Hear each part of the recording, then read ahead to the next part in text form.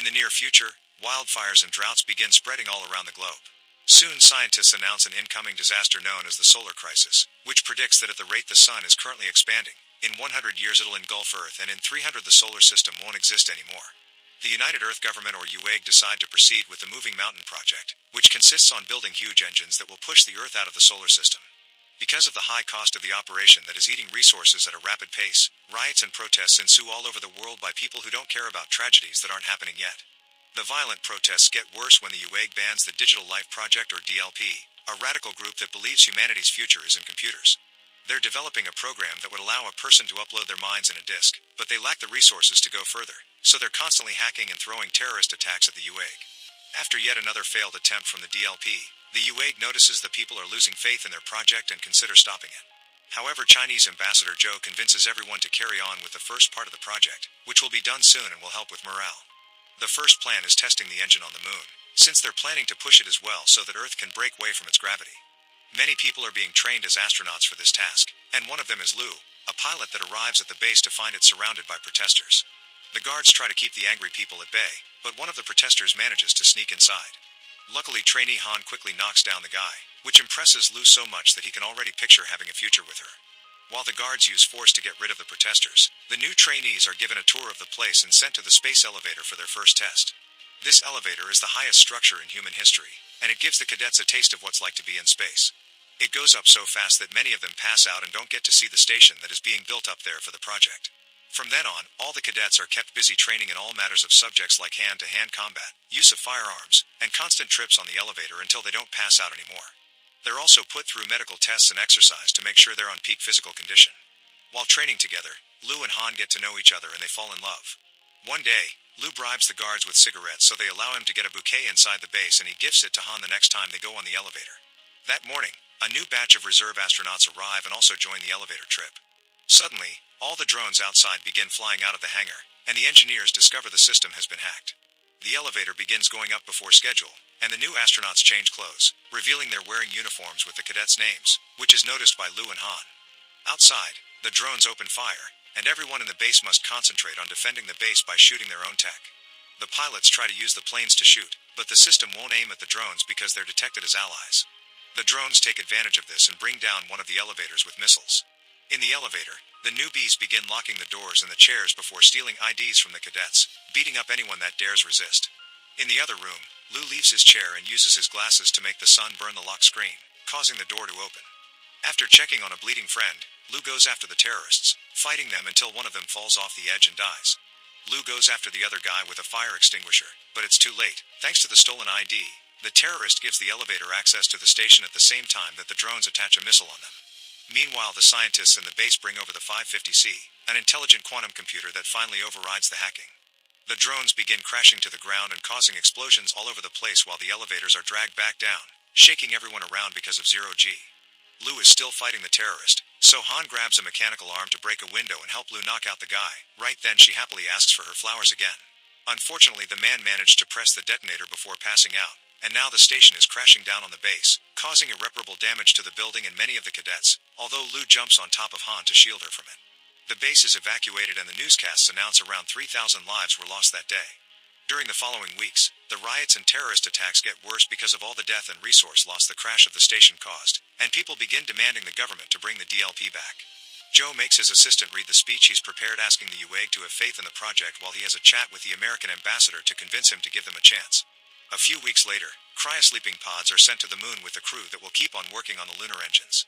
As soon as he wakes up, computer engineer Hengyu goes to check on his things to make sure they're fine.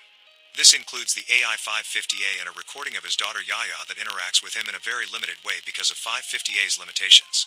It turns out Hengyu used to work for the DLP and now he's accepted to work on the lunar project to gain access to 550C, which will control the entire base, because he thinks he can use it to make the Yaya's clip, which only lasts a few seconds, develop into a full AI of his dead daughter's mind.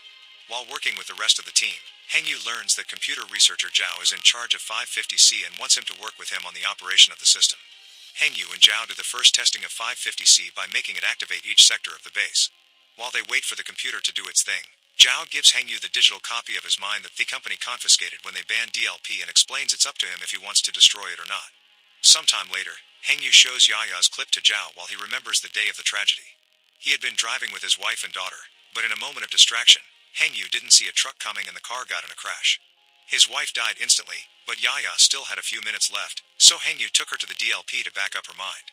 The organization didn't want to help because the technology wasn't ready yet, but Zhao, who used to work there too, accepted to do the favor.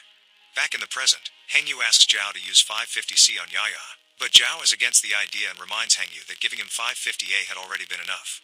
Sometime later, the system detects an incoming level Z9 solar storm. All the workers have to rush back to the base, but they're worried their vehicles won't be fast enough. The drivers push the engines to the extreme and manage to enter the base right before the solar storm hits, but unfortunately 550C gets fried in the process. The AI is needed to launch the project in 3 days, so Hangyu offers 550A to replace it in exchange of being put in the team that will develop the future 550 models. Zhao accepts, and Hangyu moves Yaya's mind to a disk before handing the AI. 3 days later, the team tests the engines, and after some seconds of tension, they're delighted to see the moon goes through an angular displacement, small but real. This proves that in 20 years they'll be able to be pushed away completely, and this success gives people all over Earth faith back on the project. A few months later, they test the engines again, this time on Earth. At first all the screens go black and people think it's failed, but suddenly they feel the ground shaking and a bright beam can be seen coming from the astronaut base. Scientists at the UAG confirm that Earth made an angular displacement, and people all over the world celebrate that soon they'll be able to move Earth completely. Many years pass as the UAG continues to work on finishing more powerful engines that will do the full push, and the Moving Mountain project gets renamed as the Wandering Earth. Most of the building is being done by the fixed 550C, who is also developing at an outstanding pace. Every year there's a new test that keeps proving their theories right, and civilians become more accepting of the project, to the point where the DLP disappears completely. However, there's also talk about how not everyone will be allowed into the underground cities that are being built right now, and the requirements to get a pass are quite discriminatory. As Earth's rotation slows down more and more every year, society changes to a 60-hour system and global internet is shut down. All kinds of weather disasters soon hit the planet, like floods and solar radiation that cause a rise in cancer cases.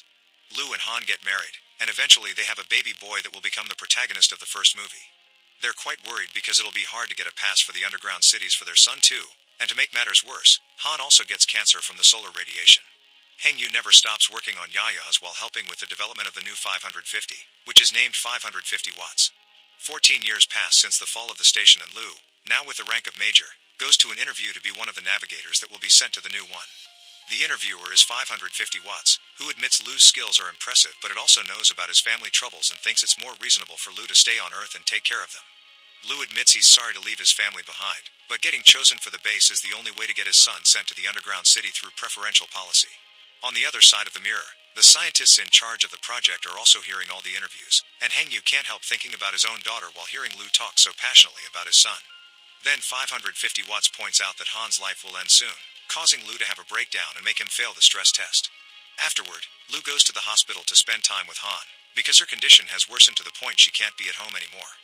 Han admits she'd like to see her hometown one last time, which may be difficult because of the current weather problems. Later in the evening, inspired by Lu's passion, Hangyu sneaks into the base and connects Yaya's mind to 550 watts. This time Yaya has unlimited reactions to him and she can tell she's somewhere else, which makes Hangyu cry. At that moment, a group of guards arrive with Zhao, who tries to make Hangyu see reason and accept Yaya's dead. Hangyu refuses and completely uploads Yaya into 550 watts, which immediately triggers problems in the moon system and the engines begin failing. The guards tase Hangyu and take him away while Zhao puts Yaya back on a disc and shuts down this extension of 550 watts. Meanwhile, Lu pulls some strings through old friends and borrows a jet to take his family to Han's hometown. After doing some pirouettes for fun, they land on Shanghai, which is now a frozen wasteland. While they watch the stars, Han asks Lu that when the time comes, she wants to die with dignity and not with a bunch of wires and pipes connected to her. At the UAG, they discuss the system problem Hangyu caused and notice it's very similar to the hacking they did to the drones in the elevator years ago. They're trying to override the system with 550 watts, but somehow they keep getting blocked. Suddenly the moon's engines cross the limits of their power and explode, causing the moon to lose a good chunk of its land. This explosion also begins pushing the moon towards Earth. Joe is near the ocean when it happens and sends an emergency alert to all world leaders as he watches a tsunami grow in size and hit the land.